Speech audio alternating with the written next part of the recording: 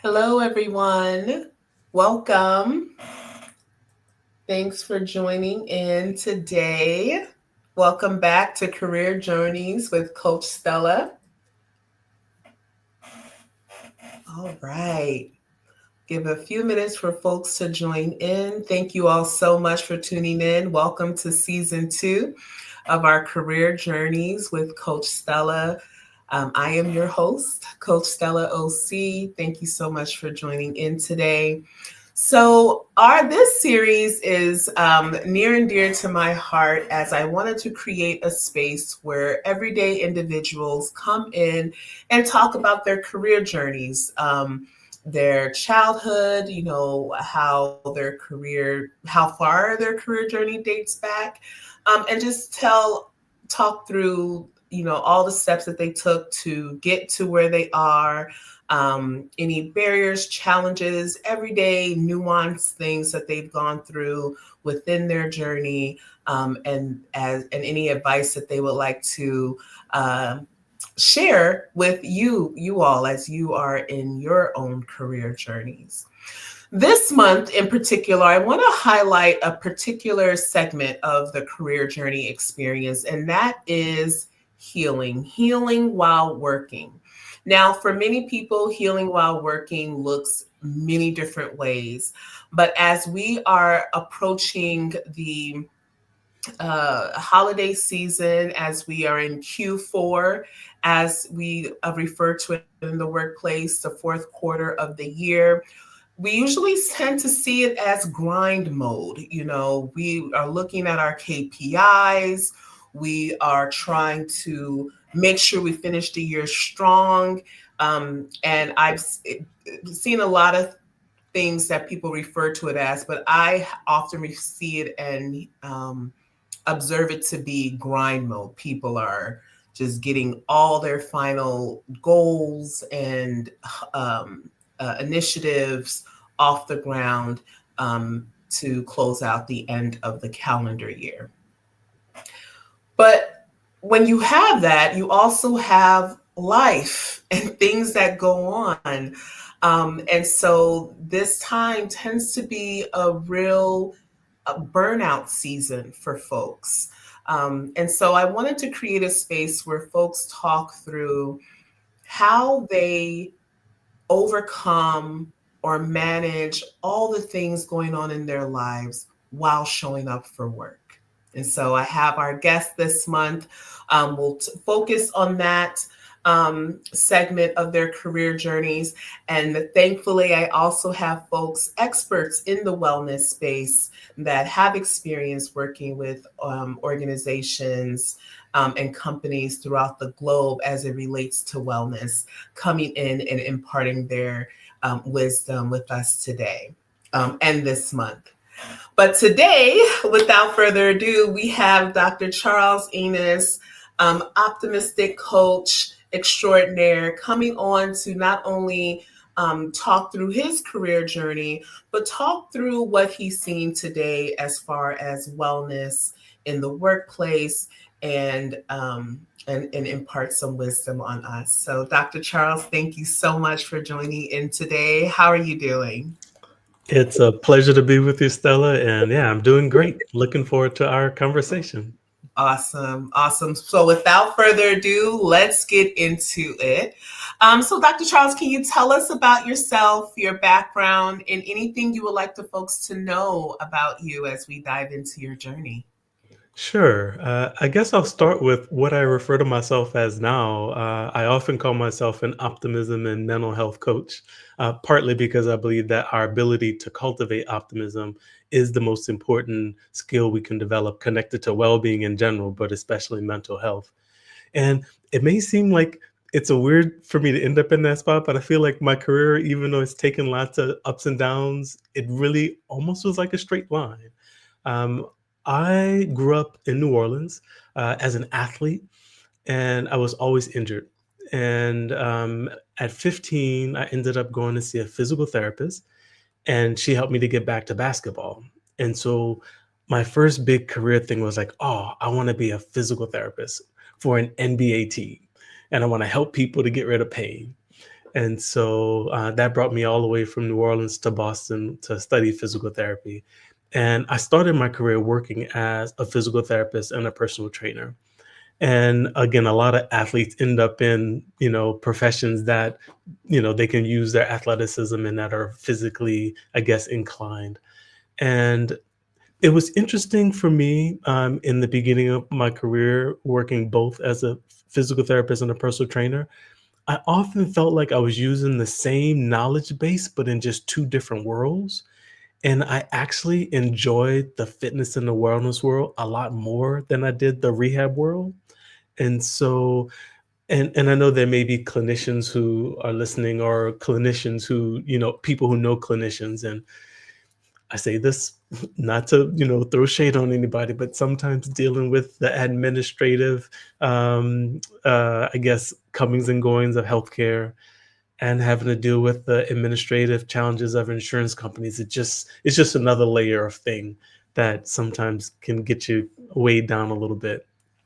And when I compared the administrative challenges in healthcare compared to what I had to deal with in fitness, it was night and day.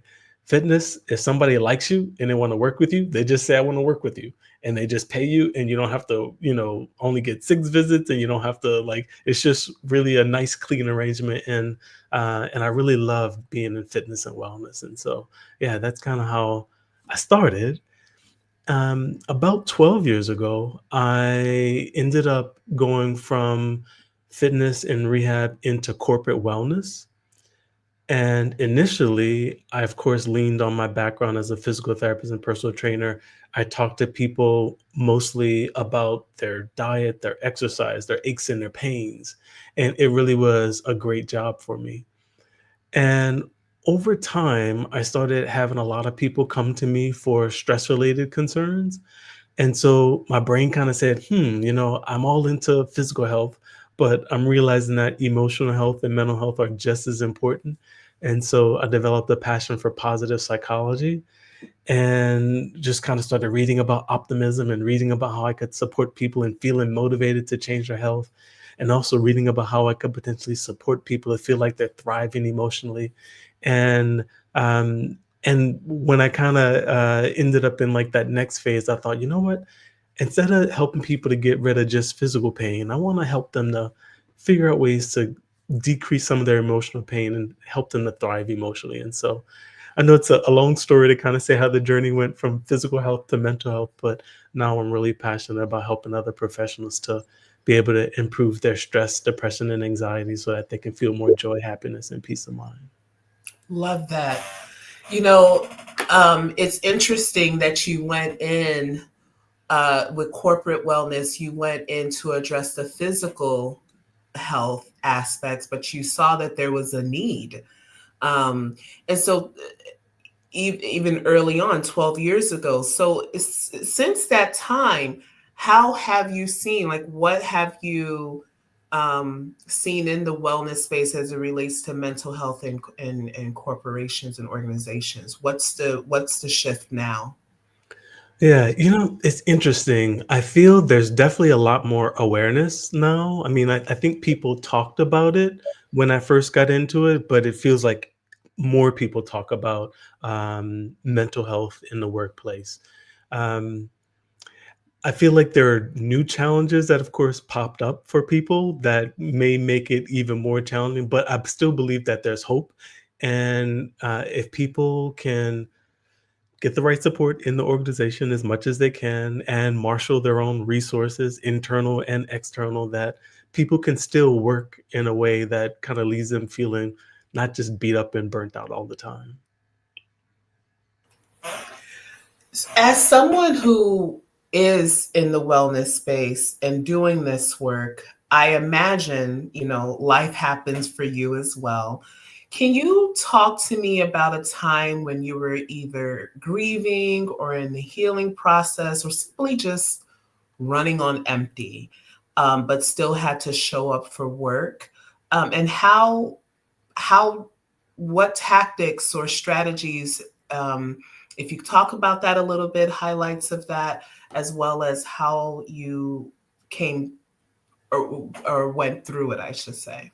Yeah. It's so many things pop into my mind, for all of us that we've been working for decades, like you have all these different seasons of your career. But I'll say this, I still feel like I'm very ambitious. And when I was younger, I might have been even more ambitious. I wanted to be really successful. And I'm trying to think of how long ago this was. This might have been 20 years ago. I purchased a small fitness franchise. Um, Ladies Workout Express, I guess I can say the name. It's similar to like Curves for women. I know a lot of people knew Curves. And Ladies Workout Express was a little bit more flexible. And so my thought was if I found a place that was doing decent and I could go in with my physical therapy, personal training knowledge, that I could kind of, create something that might be really innovative and also profitable. And so I started working at the gym, and of course, I was wearing all the hats. Um, I was trying to teach classes, I was hiring staff, I was doing the basic stuff like shopping for equipment and doing maintenance. And one of the things that really beat me up was payroll. Oh man, I had no idea how to do QuickBooks. And so, of course, coming from being in a clinical setting and then having to try to figure out how to do payroll and taxes, it really taxed my brain. And I was doing payroll every week. And so Saturday nights, I was just like, it was not fun. And I'm thinking about this time because I was also still seeing a couple private clients outside of the gym, and it was just intense number of hours. I was probably working like between 70 and 80 hours a week, pretty much 7 days a week. And I didn't realize at first it was taking a toll on me until one day I went shopping and I was trying on t-shirts, and I tried on a extra large t-shirt. I used to lift weights, used to be pretty muscular, and I'm like, this thing looks like a dress. Then I tried on a large t-shirt. I'm like, I'm swimming in this thing too. Then I tried on a medium t-shirt. I'm like, did they change the sizes of the shirts? And then for some reason, when I got home, I got on the scale and I was 15 pounds lighter than the last time I got on the scale. And I was like, whoa, I was just really burning the candle on every end. And my body was just like, withering away.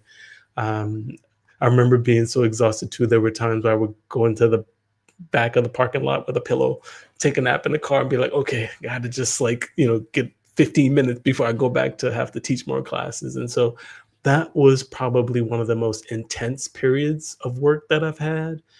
And to be honest, the thing that I had to make the decision at a while that it wasn't sustainable, and it was a hard decision to decide to close the gym.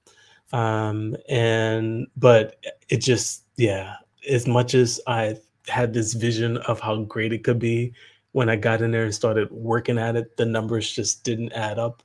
And I it was, yeah, it was sad to kind of let go of it, but letting go of it was the thing that I need to do for my career, finance, and just, physical and mental health. Yeah, yeah. Talk to me about how you came through that process of making the hard decision to um, prioritize your own well being, but also saying goodbye to this huge goal and dream that you had. How did you come to terms with that? Yeah. I was lucky that I had a partner at the time, and, like, she was a really big support, and so that kinda was one of the things that really helped. Mm. And I do know that a lot of times people will tend to suffer in silence, and do it on their own, but, and not to say a whole bunch of other stories, but there have been times where I've suffered in silence, and I realized that, when you have that big hit, it's really, you got to lean on people. And so I was fortunate that I had somebody to lean on at that point. And then I actually started just thinking about, um, what my new goals were, uh, what I was kind of interested in doing. Um, I'm smiling because it actually, after I closed the gym, one of my clients at the gym, she was like, Charles, you should write a book for Black women and try to get on Oprah. And I was like, yeah, maybe I should write a fitness book for women. And so I actually did spend some time writing a fitness book for women way back then. Didn't sell a whole bunch, but it's okay. It was something that I think actually, in retrospect, sparked an interest in writing, and I'm actually just about to publish my second book, and so even though that was like a failure, I feel like I learned some stuff, and it sparked this kind of thought, and so yeah, so even though it was hard, I think, I took a little bit of time off. I had a lot of support, and then I just started to try to find a creative project to kind of get my mind back in that kind of positive frame. Yeah. Thank you for sharing that. And I appreciate you um, acknowledging that there are times where we choose to suffer in silence, but that how after some time, it's not sustainable. It's not sustainable. And so there are times where, when we're going through things, that we need to lean on others to help or support. And support can mean so many different things, something as simple as just shining a light so you could see or get some clarity. Um, and so I appreciate you highlighting that and talking about that, how that helped you get through it. And I didn't know about the first book, which is amazing, where you heard the call, you heard the message of an individual saying you should do this, and answering that call, and how now, full circle moment, you are on book two. Can you talk about, do you mind talking a little bit about the book and what people can expect to learn from you? Yeah, for sure. Yeah, it feels full circle for me too. And like I said, on the surface, it could seem random. Optimism, like what's this guy trying to help with optimism? But again, when I was in corporate wellness, like I mentioned, I was just trying to figure out how to help people who were coming to me with stress and anxiety. And um, one of the things that kind of kept popping in my mind is, there's so many things that are in common between physical health and mental health. And if I could create a fitness like approach to mental health, that I could really help people to grow. And so the analogy that I kind of use in the book is um, just like we have physical muscles, we have mental muscles. Physical muscles generate movement, and mental muscles generate emotions. And the mental muscles are divided into two categories: optimism muscles, which generate positive emotions like joy, happiness, and peace, and pessimism muscles, which generate negative emotions like anger, depression, frustration, anxiety. And what I would say is that we need both sets of muscles to move through life.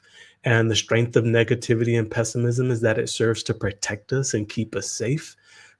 Stay back, don't try, don't trust. Those are all part of survival mode, and they're designed to keep us safe. But if we're overly pessimistic and we're only thinking in survival mode, then we're going to feel a lot of negative emotions. And so, what I would say is, if someone wants to feel more joy, happiness, and peace, they simply have to exercise and strengthen the mental muscles that generate those emotions. And so, the title of the book is "Up Your Optimism Game," and in it, I list out these 24 optimism muscles, all of which, when we strengthen them, increase how much joy and peace we feel. Wow, that's a game changer. Oh my goodness. And so desperately needed today.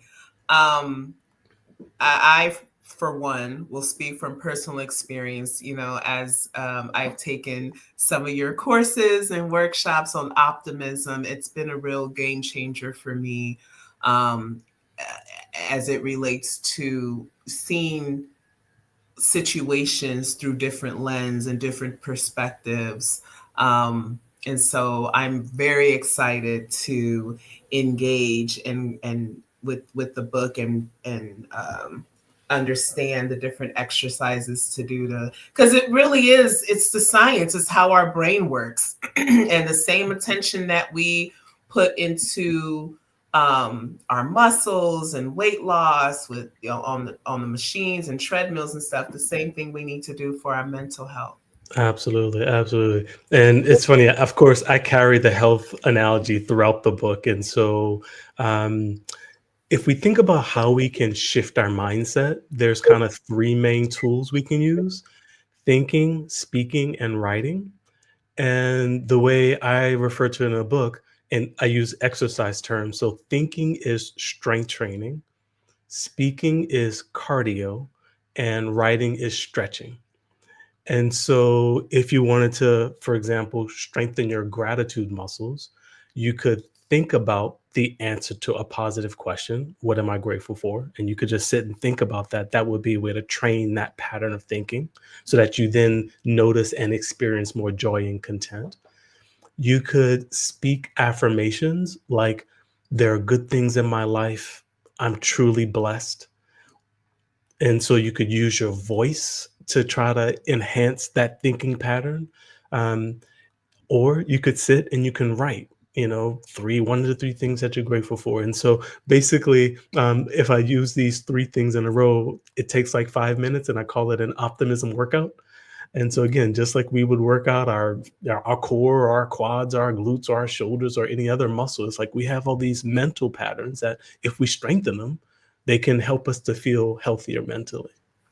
Absolutely. And I thank you for pointing out the time that it would take to do, something as simple as 5 minutes, which leads me to my next question of, as a wellness coach, optimism coach, what daily habits or tactics would you recommend someone who is in the thick of work and life right now? What are some things that they can do to keep themselves grounded, in addition to this 5 minute exercise you just talked about? Any nuggets, other strategies you would like to? Yeah, yeah, for sure, for sure. There's so many things that I could say. I'll try to figure out how to say it quickly. And I know that a lot of people have a lot of wisdom already about what works for them to help them de-stress and stay grounded. Um, in chapter one in my book, I use this analogy called the mind-body wheel, mind-body behavior wheel. And basically, what I would say is that our emotions are created by the interplay between our mind, body, and behavior. And so we can influence how we feel through how we think, how we take care of our body, and what we do. And I would refer to them as body care strategies, behavior care strategies, and mind care strategies. So if I want to feel calm, I can do it through a body care strategy. So a couple simple things around body care. Deep breathing, of course, tends to slow your heart rate and your breathing rate. And so that's one body care strategy that can help to facilitate a feeling of groundedness. And something that I'll mention that I know some people may be like, no, I don't want to do this one. But I've seen a lot of people get caught in a caffeine trap where they're tired and they're not sleeping well. So they feel the need to have caffeine to get them through. But the caffeine makes them agitated and anxious and interferes with their sleep. And so then they need more caffeine. And so it can be this weird cycle where all the caffeine is throwing off their ability to relax both during the day and at night, but the caffeine is necessary to get through the day. And so what I would say is if someone's feeling anxious and stressed, that in addition to deep breathing, paying attention to how much caffeine you drink or ingest could potentially be something that just helps being grounded. So again, I'll pause there, but again, that would be from a body care strategy, things that we could do to help try to get a feeling of grounding or calmness. Absolutely. Thank you. Thank you for pointing out the caffeine intake. I think one of the things when we're in this grind mode for Q4, we're downing everything. I've known people to do pre-workout, in addition to coffee. Or we all know the energy shots that you can get and all the studies and long-term impact of that. And especially, you know, I'm of the older millennial generation. That stuff catches up to us after a Yeah. while. you know. But sometimes I will find myself on coffee cup number three and not even and no thought of it. But yes, it goes down a vicious cycle. So thank you for pointing that out. And yes, I think those were really good nuggets that I think you know would help us in this Q4 as we are um, trying to show up as our best selves at work, but also and also in our lives. Um, Well, so we can keep going with it too, because it's so funny. I feel like there's so many things body care wise. What I'd say, because I think when we think about this caffeine trap, and this is something that I've been trying to do personally. I don't ingest caffeine anymore. I don't judge anybody who does it. It's fine. But I try to get exercise first thing in the morning. Yeah, or drink water. Yep, that's another alternative. I try to get exercise first thing in the morning, preferably outside, um, for my energy boost. And also to try to just keep my sleep cycle as close as I can to the sun. Um, I know everyone, it can feel tricky to figure out how do I get exercise in. But I'm a big fan of minimalistness. Actually, I'm thinking back to when I started at Blue Cross as their on-site wellness coach. I had gone from like the gym and the clinic where I was holding weights, doing exercises, working on people. And so it was a very physical job. I even had clients that I would bike to their houses. So I was just like always active. And then I went to driving 7 to 8 hours a week to the offices and sitting at a desk and talking to people. And my pants started getting tight. And I was like, oh, dang, I gotta do something. But like, I just was so busy. I felt like I didn't have enough time to go to the gym. And so I made it this little routine for myself in the house. I called it my 3 by 3 workout. And so I had a pair of 25-pound dumbbells. I would do a set of squats, a set of bent over rows, kind of for my back, and a set of push ups. And I would just do each one 3 times. And the first time I remember I timed it just to see how long it would take me. And it took me 4.5 minutes. By the time I got to the third set of push ups, my arms were shaking and I only did like seven. But over time, just doing this little 5 minute routine, after a couple weeks, I was doing like, over 100 push ups and over 75 squats. And I felt strong and I felt energized from just this little 5 minute routine before I had to hit on out to work. And then, of course, when I had time to do a little bit more, I would go to the gym and do more. But I think a lot of times we undervalue how much a little bit of exercise can do for us. And so, if someone is busy, overwhelmed, grinding, got a lot of stuff on their place with work and life and health, my initial thought is let's design something that's a easy step that fits in your life to try to get the momentum going versus trying to put in a big step that doesn't seem to fit in the flow of your life. And so yeah, so that's so if people are finding themselves in that caffeine trap and the sleep problem, I'm always, again, being an exercise person, I'm like, come on, we got to figure out a way to move the body because it really goes a long way to just helping you to feel like you can feel your best self because our body is a huge source of our emotions. what do you say to folks, and this is just me picking your expert brain, Yeah, yeah. who, somatic therapy, movement, it works for them, but then um, what they end up ingesting in their body, I'm talking to the emotional eaters um, in the room to just cope with everything. How do you what what's your take on that balance, Mhm. and two, any advice on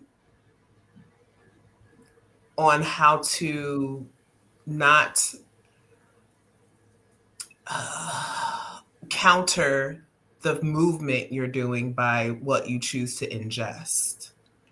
Yeah, I feel like we could probably talk about that for a long time. And what's interesting as a coach, I'll say this: like nutrition is so personal that I almost feel like I have to have a conversation with someone to just kind of get an idea about what they're thinking, what their hopes are, what their past strategies, what their circumstances are like.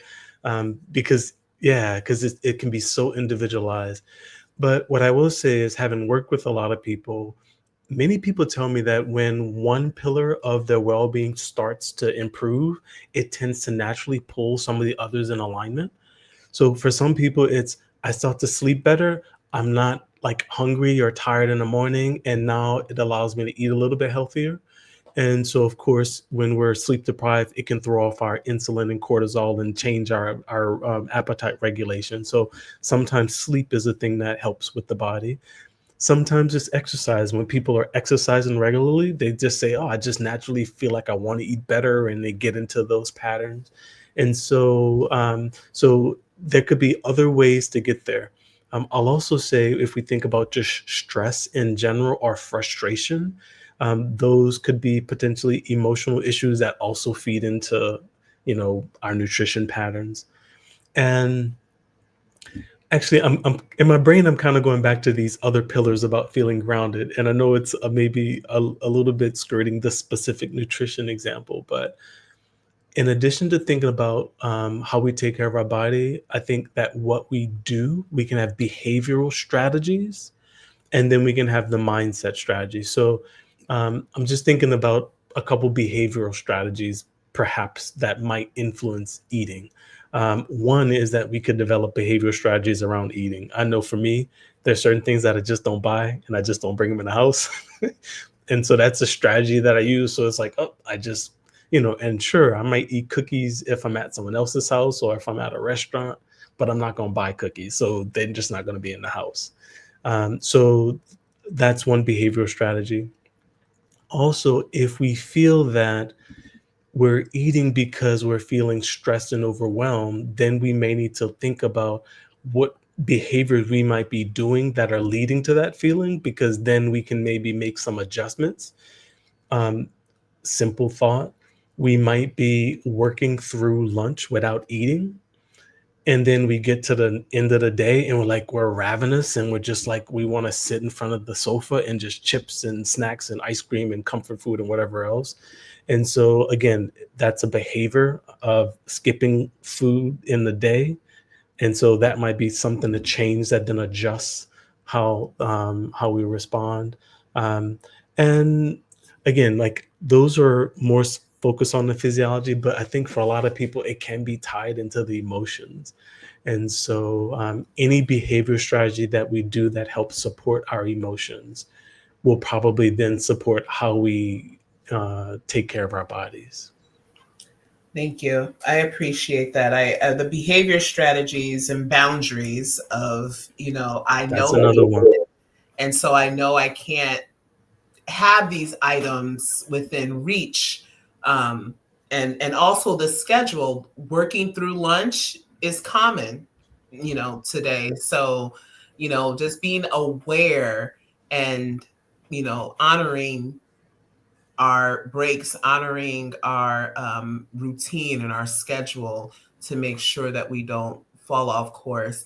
And you brought up something else about how, when we prioritize a one pillar of health or wellness, it tends to have a ripple effect. And Absolutely. so I think that's a great outlook and perspective, and even things that I notice within myself. If I get my workout routine going, then I start being conscious of what I put into my mouth. I don't want to outdo or outshine, or mess up my Mhm. workout routine, For sure.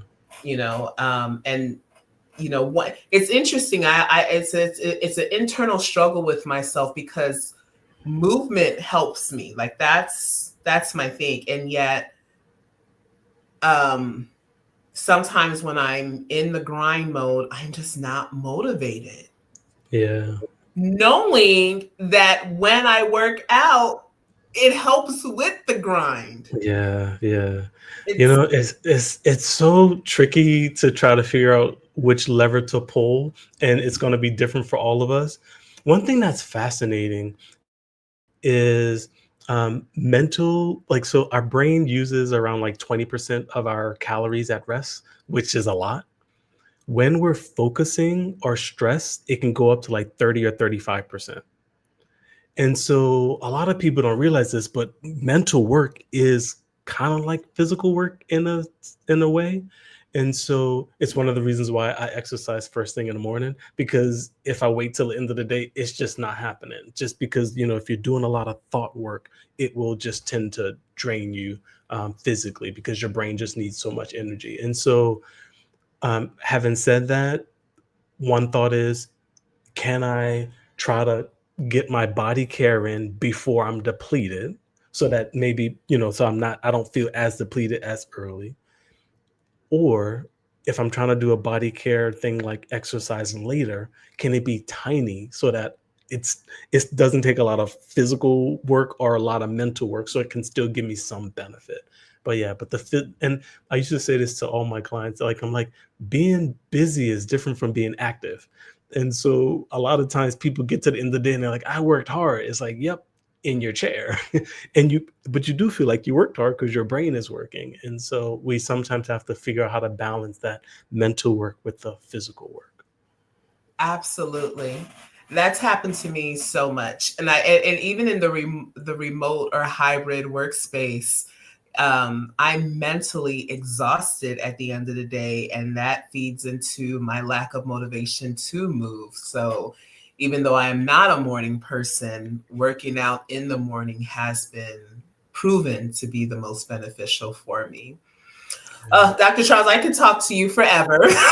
Yeah, I know, I know. About wellness, but I am cognizant of the time and don't want to keep you.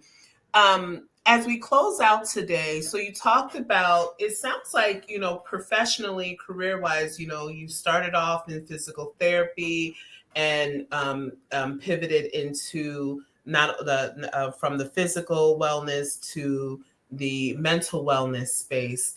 How would one make that pivot if folks who are interested in the wellness industry? What advice would you have for them as they look to explore and branch out? Yeah, I There are so many ways that people might find themselves becoming a wellness coach. It may be that they have some type of healthcare or physical fitness, physiology background, and they just want to add coaching in.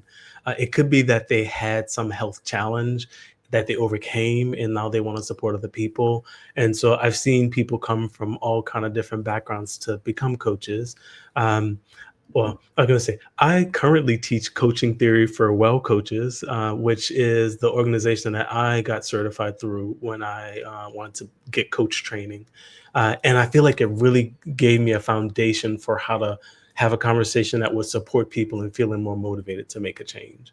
And actually, well coaches is when I got introduced to positive psychology and started me thinking, oh, wow, if I want to help people to be their best versions, I need to understand how psychology works. And so that was where I got a lot of my growth. Um, I was also inspired after I went through formal coach training. And so I just would read everything I could about positive psychology and coaching. I think I was reading, like, I don't know, somewhere between like 20 and 30 books a year from different psychologists and coaches to kind of just get an idea about things that potentially could help people to grow. And it was nice that I was working with people. So as I was reading new things, I could kind of see real time. So if someone has an interest in becoming a wellness coach, I think that they could start by doing some self study and then potentially joining some nationally board accredited coaching school to try to learn some techniques to coach and work with people. Awesome.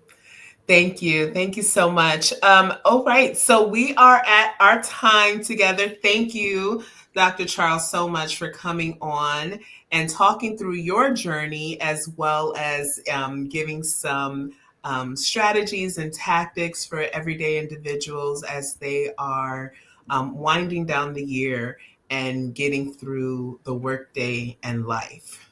So thank you so much. Very Um, well. Yes. So I like to end all our segments with some lightning round questions, top of mind thinking. Don't want you to think too hard. Okay, Of course, I didn't give you these questions in advance because, again, top of mind thinking. You ready? let's go for it. All right. So the first question is, what's a morning ritual that you try not to break? This is going to sound silly. Well, when I was writing, it was get up and write first thing in the morning. When I'm not writing, it's get up and play Boggle with friends. Like I love Boggle. It's one of my favorite childhood games. I think I've played just about every day for the last 15 or so years. Nice. Yeah. Okay. I like that.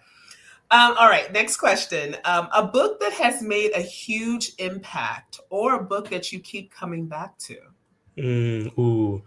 You know, The Upside of Stress by Kelly McGonigal, that book, I think I read it 3 times. It really just changed how I thought about stress, and I feel like it's a book I would recommend to everyone, and of course, I tried to give a nod to, the work that she did in my own book because it's a fascinating concept that we all develop a negative perception of stress, but the negative perception of stress could be the thing that leads to the negative experience of stress. But if we look at the upside of stress, we can potentially have positive uh, uh, experience of stress. So yeah, that book really it really impacted me a lot. Oh, that sounds amazing. Thank you. All right. What song automatically shifts your mood? Oh, this one's easy. Well, there's so many, but Stevie Wonder, "Don't Worry About a Thing." And I know that it's funny, it was on the Hitch soundtrack way back when, and then when Sing came out, they sang it, and so everybody thinks of it more with Sing, but I'm like, "No, that's Stevie Wonder, that's, old school," and I just yeah, I that's the song that I don't worry about a thing. That's the song that Mhm. really just kinda gets me light, gets me joyful, and just lets me get more at ease. Yeah. Yeah, that just automatically brought a smile to my face. Stevie Wonder, period. Yeah. Hands down. And if you listen to his original song, like, it's kinda goofy in the beginning, but that's okay. I'm like, "What is he?" He's acting like he's speaking Spanish, but I don't think he's really speaking Spanish, and I'm just like, it's just so funny. I just love that song. Yeah. Yeah. Yeah. Speaking of Stevie Wonder, I was just watching a reel where there was someone is performing at a nursing home, and they played one at Superstition, Oh, yep, yep. and the whole room was just having the time of their lives. And they were like, Superstition is 53 years old. Wow, Right. yeah. Let's talk about Yeah, that. yeah, It's what? Yeah. yeah. So amazing. All right, last question. Cool. Complete this sentence. Lately, I am learning to. Hmm. Lately, I am learning to I'm gonna say push myself again. Yeah. Maybe like 2 weeks ago, I started running. I hadn't run in years, because my knee hurt and my feet hurt, and, um, and I just slowly kinda did some PT stuff to take care of my joints and started off slow and just kinda been building myself up, and I've kinda been surprised at what my body's capable of, because sometimes you just kinda give up, you don't wanna push it, and so, and I'm hoping that actually pushing my body might also help me connect more to that ambitious side and, help me find a little extra fire in the career and push a little bit in there as well. Awesome. Thank you, Dr. Charles. For those who want to connect with you, what's the best way to connect with you? Uh, if someone was curious about, my coaching programs or wanted to learn more about me, they could visit my website, which is simply charlesinnes.com. I'm also try to post on LinkedIn, and so if you happen to be on LinkedIn, just connect with me there as well. Awesome. All right. Thank you, Dr. Charles, again. And thank you, everyone, for tuning in. Join me next week where I have my next guest talking through their career journeys and healing while working stories. See you next week, everyone. Bye bye.